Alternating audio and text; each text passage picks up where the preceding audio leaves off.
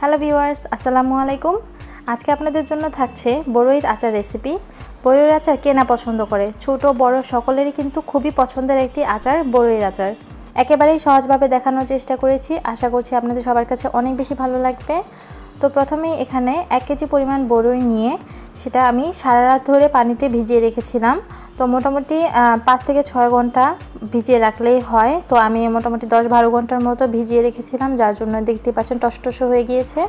এখন এটাকে বেছে নেওয়ার পালা। তো প্রথমে এভাবে ডাট আর ভেতরে পোকা আছে কিনা সেটা দেখে নিতে হবে। তো বাসায় বানালে এটাই একটা ভরসা যে স্বাস্থ্যসম্মতভাবে ভালো করে ধুয়ে আমরা পোকা বেছে তারপর বড়ির আচারটা বানাতে পারি। তো যখন আপনারা দেখবেন যে বাজার থেকে কিনে খান, তখন কিন্তু বালিয়ে কিচকিচ করে বা এটার ভেতরে পোকা আছে কি না সেটা কিন্তু নিয়ে আমরা সবাই কনফিউশনে থাকি। তো বাসায় যদি এভাবে বানিয়ে নেন তাহলে কিন্তু এই কনফিউশনটা থাকে না।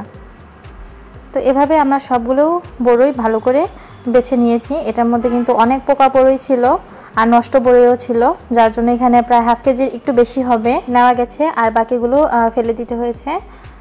এখানে আমি ফুটন্ত পানি নিয়েছি প্রায় আধা পাতিলের মতো। তো সিদ্ধ করার জন্য আপনারা বুঝে নিয়ে নেবেন এই পানিটা। এখানে আমি দিয়ে দিলাম 1 কাপ পরিমাণ গুড়। এটা আমি আখের গুড় নিয়েছি। আপনারা চাইলে এখানে আখের গুড়ের পরিবর্তে 1 কাপ চিনি নিতে পারেন, বা চিনির টেস্টটা কিন্তু আপনাদের স্বাদ অনুযায়ী হবে। আপনারা বেশি মিষ্টি খেতে চাইলে বেশি করে চিনি বা গুড় নিয়ে নেবেন, বা কম খেতে চাইলে কম নিয়ে নেবেন। এখন এখানে পরিমাণ মতো লবণ দিয়ে দিচ্ছি, 1 চা চামচের মতো লবণ দিয়েছি। বাকি লবণ আমি অ্যাড করব আরও, সেটা স্বাদ অনুযায়ী দিয়ে দিব, স্বাদ বুঝে।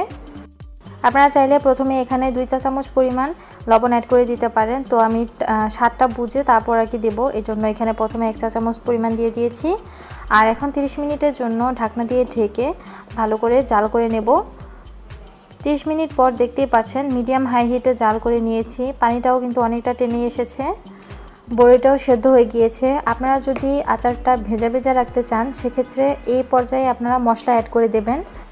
আমি আচারটা শুকনো করে ফেলবো, যার জন্য আরও কিছুক্ষণ সময় জাল করে নেব। পানিটা যখন আরেকটু কমে আসবে তখন সেই মুহূর্তে আমি মশলা দিয়ে দিব, আর এজন্য অন্য একটি চুলায় ভালো করে মশলাটা টেলে নিচ্ছি। তো এখানে 10 থেকে 12টি শুকনা মরিচ নিয়ে নিলাম। এই শুকনা মরিচটা ভালো করে অল্প আঁচে ভেজে নিতে হবে, একদম বেশি পুড়ে ফেলবেন না, এতে করে কিন্তু স্মেলটা নষ্ট হয়ে যাবে আচারের। তো মোটামুটি এরকমভাবে যখন এই কালারটা চলে আসবে তখন নিয়ে নেব। আর এখানে আমি রাঁধুনি পাঁচফোড়নে যে আস্ত মশলাটা পাওয়া যায় সেটা নিয়ে নিচ্ছি। তো এখানে আমি মোটামুটি 3 টেবিল চামচ পরিমাণ মশলা নিয়ে নিলাম। তো এটা গুঁড়ো করার জন্য প্রথমে টেলে নিচ্ছি সবগুলো একসাথে। আবার খুব বেশি টালতে যাবেন না, এতে করে কিন্তু মশলাটা তিতা হয়ে যাবে। মোটামুটি আমি 1 মিনিটের মতো ভেজে নিয়েছি, আপনারা সময়টা হয়তো বুঝতেই পারছেন। তো এই পর্যায়ে আমি চুলা থেকে উঠিয়ে নিচ্ছি আর এগুলো গুঁড়ো করে নেব।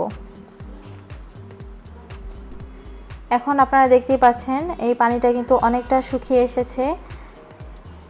এখন এই পর্যায়ে আমি তেল অ্যাড করে দিচ্ছি। এখানে 1/4 কাপ পরিমাণ সরিষার তেল নিয়ে নিচ্ছি, আর এখানে দিয়ে দিব সেই গুঁড়ো করা মশলাগুলো। মরিচ যতটুকু নিয়েছিলাম সবগুলো দিয়ে দিলাম, আপনারা আপনাদের স্বাদ অনুযায়ী নিয়ে নেবেন, ঝাল কম বেশি অনুযায়ী। তো এখানে প্রথম 2 চা চামচ পরিমাণ মশলা অ্যাড করে নিলাম।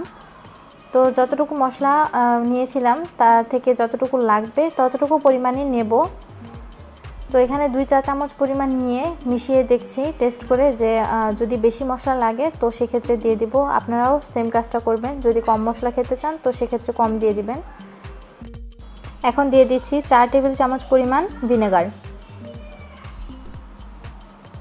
ভিনেগারটা দিলে আপনারা আচারটা অনেক দিন পর্যন্ত সংরক্ষণ করে রাখতে পারবেন, আর এতে টকটকে একটা ভাবও আসবে।